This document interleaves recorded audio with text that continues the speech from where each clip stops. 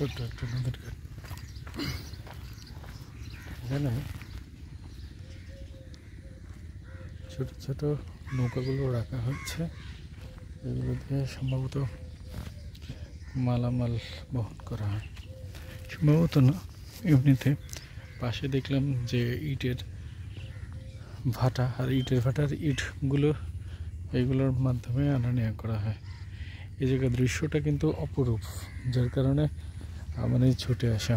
এখন হয়তো এখানে পানি নাই বলে শুকনো এলাকা, এখানে হাঁস মুরগিগুলো চলাচল করছে। আর যখন ভরা মৌসুম অর্থাৎ বর্ষার মৌসুম আসে তখন এই জায়গাটার চিত্র অন্যরকম হয়ে যায়। যেমন এই ব্রিজের নিচ দিয়ে তখন পানি প্রবাহিত হয়। আমি এর আগে এসেছি, তখন দেখেছি বর্ষার সময় পানি প্রবাহিত হতে। সকালের এই দৃশ্যগুলো সত্যি অনেক ভালো লাগে এবং অনেক মনোরম।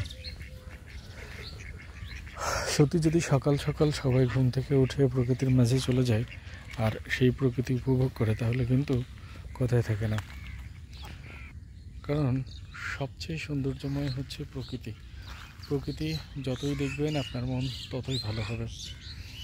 এই সুন্দর প্রকৃতির মাঝে সচরাচর আসা হয় না, যখন আসা হয় তখন দেখা হয় এই প্রকৃতির অপরূপ দৃশ্য। সত্যিই অসাধারণ। বাড়ির কাছের এই অপরূপ দৃশ্য দেখে সবার মন ভরে, কিন্তু আমরা সহজেই সচরাচর প্রকৃতির রূপ দেখতে পাই না। এই যে দেখেন ছোট্ট একটি নৌকা, এই নৌকাতে হয়তো না এখানে চাষ করা হয়। এই যে ছোট্ট নৌকা, এই নদীর নাম আবার মরা নদী। নদীটি অনেক দূর প্রবাহিত। এটি বুড়িগঙ্গার সাথে সংযুক্ত, আবার ইছামতির সাথে সংযুক্ত। এই নদী দিয়ে একসময় অনেক মালামাল আনা নেওয়া করা হতো, কিন্তু নদীটির নাম এখন মরা নদী। মরা নদী হওয়ার কারণও আছে। মরা নদী হওয়ার কারণ এখানের নাব্যতা কমে গেছে। ওই যে কিছু দখলদার গোষ্ঠী আবার দখলের চিন্তাভাবনা করে রেখেছে। এটাই হয় যার কারণে নদীগুলো তার নাব্যতা হারায়।